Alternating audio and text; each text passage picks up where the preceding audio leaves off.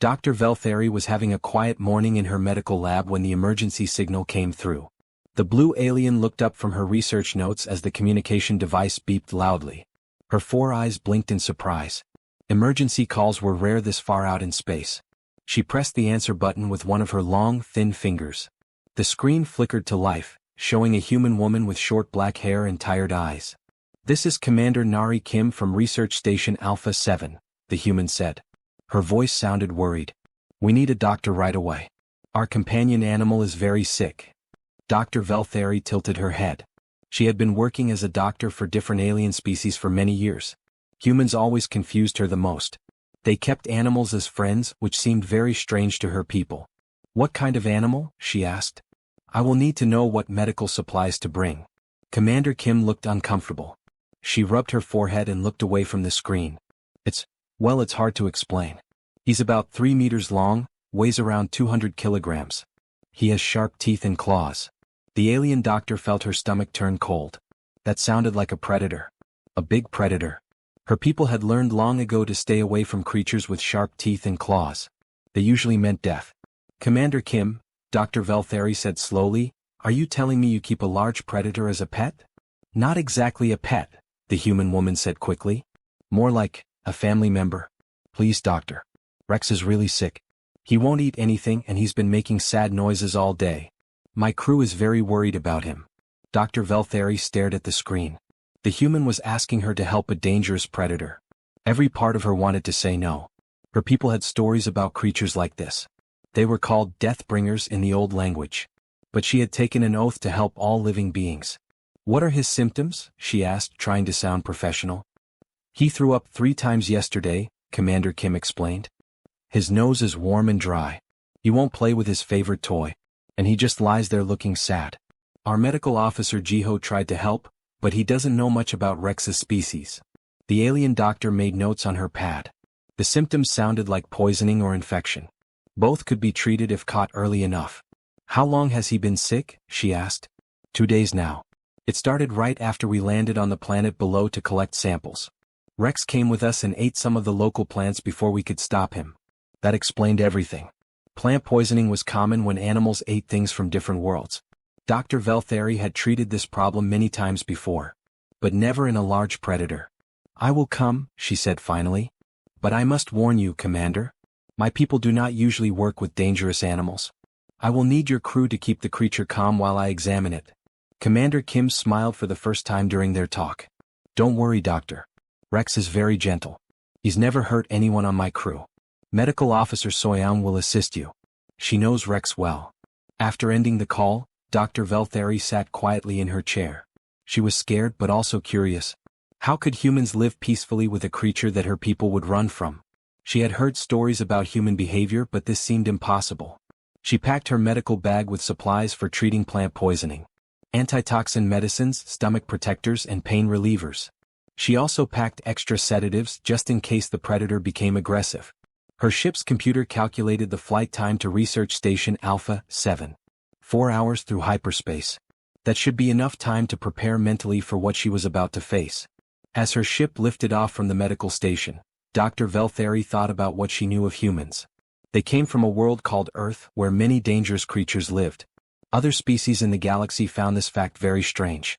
Most intelligent life came from safer worlds, where predators were small or rare. But humans had evolved alongside big predators. They had learned to fight them, avoid them, and somehow even befriend them. This last part was what confused everyone else in the galaxy. During the flight, she reviewed medical files about similar cases. There were very few records of doctors treating large predators kept by humans. Most doctors like herself were too afraid to try. The ship's computer beeped as they dropped out of hyperspace. Research Station Alpha 7 appeared on the viewing screen.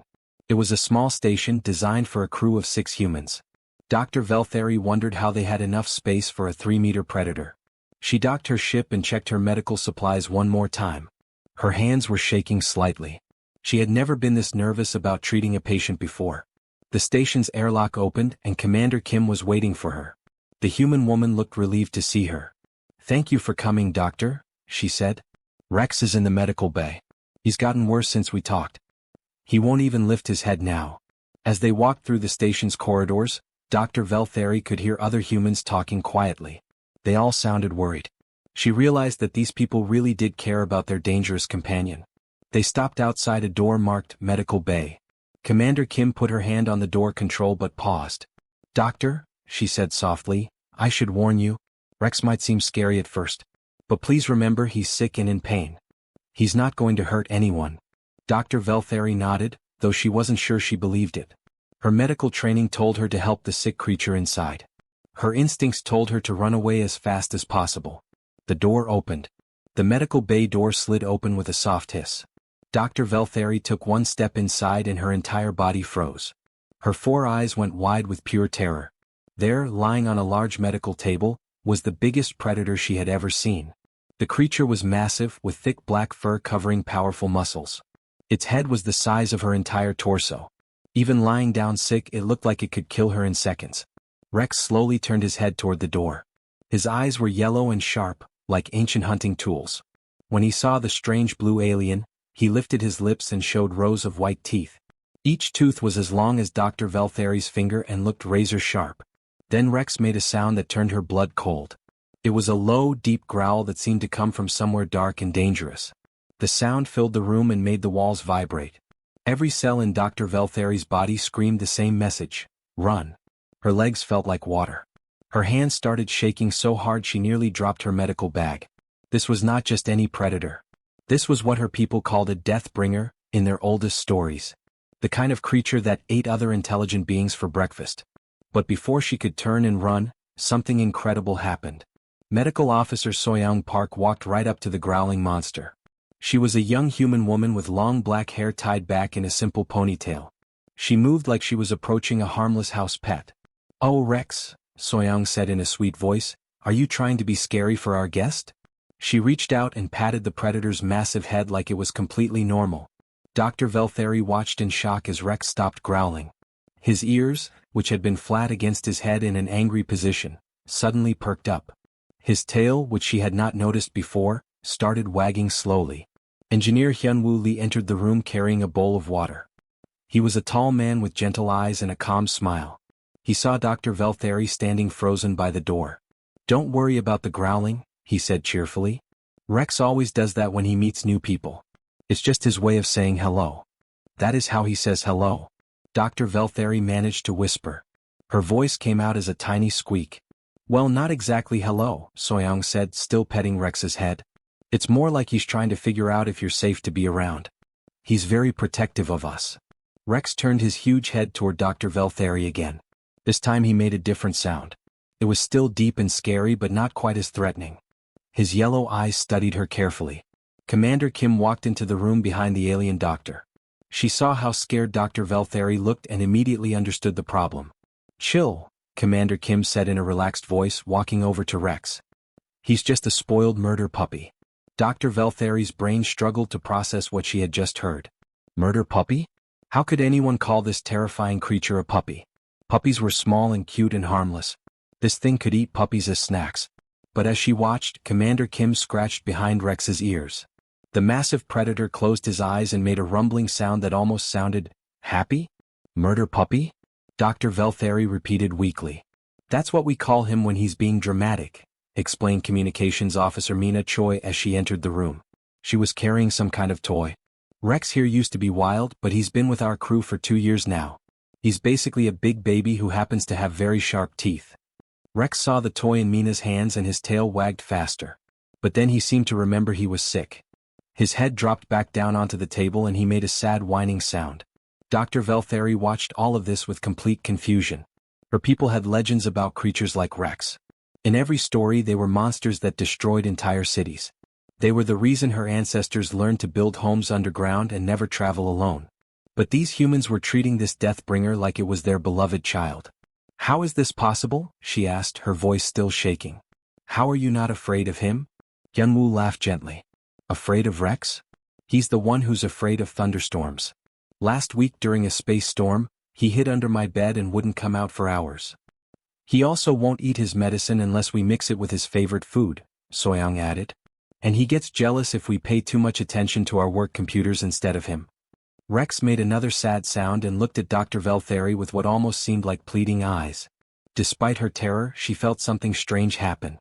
The creature looked pitiful, sick and sad and wanting help. "Please, doctor," Commander Kim said softly. "I know he looks scary to you, but Rex really needs help. He's family to us." Dr. Veltheri took a deep breath. Her medical training began to fight against her fear. She had sworn an oath to help all sick creatures, even terrifying ones. But her legs still felt like rubber as she took one small step closer to the medical table. Rex watched her approach. He didn't growl this time. Instead, he laid his massive head flat on the table and closed his eyes, as if he understood that she was there to help him. Dr. Veltheri forced herself to take another step toward Rex. Her medical training was fighting against millions of years of evolution that told her to run away from predators. She opened her medical bag with shaking hands. "What do you need us to do?" asked Soyoung, still gently stroking Rex's head. "I need to examine him," Dr. Veltheri said quietly. "But I must warn you, if he tries to bite me, I will have to use sedatives." Commander Kim nodded. "Rex won't hurt you. But if it makes you feel better, I'll stay right here next to his head." The alien doctor pulled out her medical scanner. It was a small device that could read body temperature, heart rate, and other important signs. As she moved closer to Rex, the huge creature opened one yellow eye to watch her. Dr. Veltheri expected him to growl again. Instead, Rex made a soft huffing sound and closed his eye. It was like he was telling her that he understood she was trying to help. "See," whispered Mina. "He knows you're a doctor." "How can he know that?" Dr. Veltheri asked. She held the scanner over Rex's massive chest. His heart was beating too fast, which meant he was in pain. "Rex is very smart," explained Hyunwoo. "He can sense when people want to help him or hurt him. He's never been wrong about a person yet." Dr. Veltheri looked at her scanner readings. Rex's body temperature was higher than normal. His breathing was shallow and quick. These were clear signs of poisoning, just as she had suspected. "I need to look in his mouth," she said nervously, "to check his gums and throat." The humans looked at each other. Even they seemed a little worried about this idea. "Rex," Commander Kim said in a gentle voice, "the doctor needs to look in your mouth. Can you be a good boy and open up?" To Dr. Veltheri's complete shock, Rex lifted his head and opened his mouth wide. She found herself staring directly into the jaws of death. His teeth were even bigger up close, sharp enough to cut through metal. His breath was hot and smelled like meat. But instead of snapping his jaws shut on her, Rex held perfectly still while she examined his throat with a small light. His gums were pale, which confirmed her diagnosis of plant poisoning. "Good boy, Rex," said Soyoung when the examination was finished. Rex closed his mouth gently and laid his head back down. His tail wagged slowly like he was proud of himself for being brave. Dr. Veltheri stepped back amazed. In all her years of medicine she had never seen anything like this. Wild animals usually fought against medical treatment, even when they were dying. But this massive predator had cooperated completely. "How did you teach him to do that?" she asked. "We didn't teach him," said Mina. "He just trusts us. And now he trusts you too." The alien doctor began preparing medicines for Rex. She mixed antitoxin drugs with nutrients to help his body fight the plant poisoning. As she worked, she watched the humans interact with their dangerous companion. Hyunwoo sat down next to the medical table and began telling Rex a story about their last mission to a water planet. Rex's ears perked up like he was really listening. Sometimes he would make small sounds as if he was trying to talk back. Soyoung brought a blanket and covered Rex's back legs to keep him warm.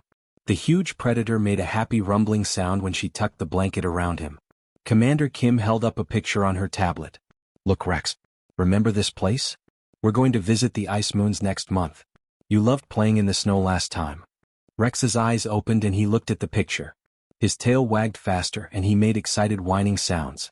Dr. Veltheri watched all of this in wonder. These humans were not just keeping a predator as a pet. They were treating him like a true family member. They shared their adventures with him, took care of him when he was sick, and included him in their plans.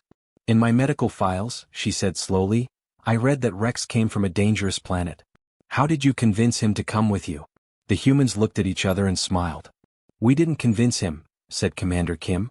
2 years ago, our ship had engine problems and we had to land on his planet for repairs. Rex was alone, his pack had been killed by hunters from another world.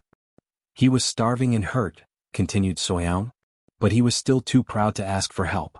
So we just started sharing our food with him. We didn't try to cage him or force him to trust us. It took 3 weeks to fix our ship," said Hyunwoo. By then, Rex had decided we were his new pack. When we were ready to leave, he just walked into our ship and laid down like he belonged there. And he did belong there, added Mina. From the very first day, Dr. Veltheri prepared to give Rex his first injection of medicine. She expected him to be afraid of the needle like most animals. Instead, Rex saw the syringe and calmly rolled onto his side to make it easier for her to reach his leg. Incredible, she whispered as she gave him the shot. Rex didn't even flinch. As she worked, Dr. Veltheri began to understand something amazing about humans. They had a gift that no other species in the galaxy possessed. They could look at the most dangerous creatures and see not enemies but potential friends. They could earn trust through patience and kindness instead of force and fear. As Rex slowly began to feel better from the medicine, Dr. Veltheri found herself sitting in the station's small cafeteria with the human crew. She had many questions about their strange relationship with the massive predator. "Tell me," she said to Commander Kim, "how do your people learn to live with dangerous animals? This seems impossible to most other species." Commander Kim smiled and poured herself a cup of coffee. "It's not something we learn exactly. It's just how we are. Humans have been making friends with predators for thousands of years. On our home planet Earth," explained Soyoung, "our ancestors lived alongside wolves. These were wild hunting animals that could easily kill a human. But some humans saw potential partners instead of enemies."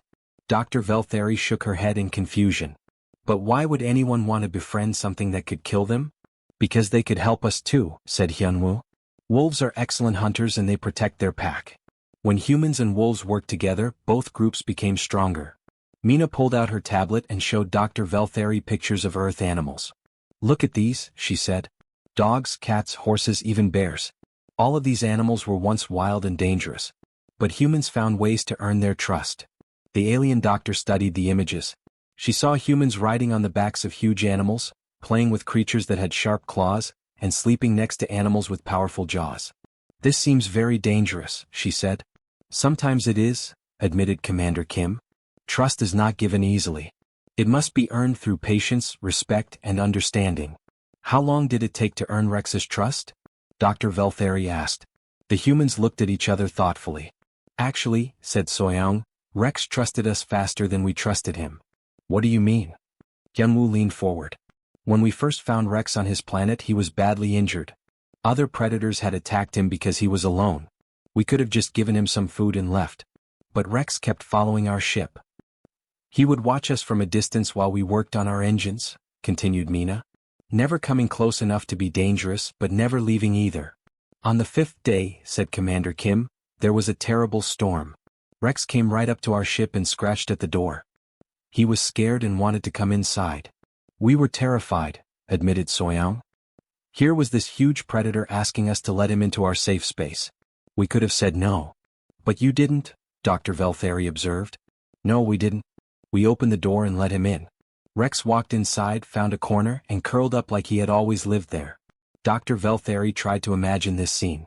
A group of humans allowing a massive predator into their ship during a storm. It seemed like madness. "Weren't you afraid he would attack you while you slept?" "Yes," said Hyunwoo honestly. "We took turns staying awake to watch him. But Rex just slept peacefully all night. In the morning he brought us a piece of fruit he had found somewhere. It was his way of saying thank you. That's when we realized," said Mina, "that Rex wasn't just any predator. He was intelligent, grateful, and capable of friendship." Dr. Veltheri thought about this. In her medical training, she had learned that most animals acted purely on instinct. They hunted, ate, slept, and reproduced. But Rex seemed different. "Is Rex unusual for his species?" she asked. The humans shrugged. "We don't know," said Commander Kim. "We've never met another member of his species. But we don't think he's unusual. We think most animals are capable of friendship if they're treated with respect." "My people have stories about creatures like Rex," Dr. Veltheri said quietly. "We call them Deathbringers. In our legends, they destroy entire cities." "Maybe," said Soyoung gently, "your people never tried to make friends with them." This thought troubled Dr. Veltheri. Her species had always believed that predators were natural enemies. They built walls to keep them out and weapons to fight them off. The idea of befriending them had never occurred to anyone. "But how do you know which animals can be trusted?" she asked. "You don't," said Hyunwoo simply. "That's what makes it special. Trust always involves risk." Just then they heard a sound from the medical bay. It was Rex calling for them with a gentle whining noise. He wants company, said Mina, standing up. He doesn't like being alone when he's sick. They all returned to the medical bay. Rex lifted his head when he saw them, his tail wagging weakly. Dr. Veltheri was amazed to see that he looked much better already. His eyes were brighter and his breathing was easier. But what surprised her most was Rex's reaction when he saw her. The massive predator made a soft, friendly sound and looked at her with what could only be described as affection. He likes you, said Commander Kim with a smile. How can you tell? Dr. Veltheri asked. Look at his body language. His ears are forward, his tail is wagging and his mouth is slightly open. That's Rex's happy face. Dr. Veltheri realized something incredible. Rex was not just tolerating her presence. He was genuinely glad to see her. In the space of a few hours, this dangerous predator had begun to think of her as a friend. She reached out cautiously and touched Rex's paw. It was warm and surprisingly soft. Rex made another happy sound and gently pressed his paw against her hand.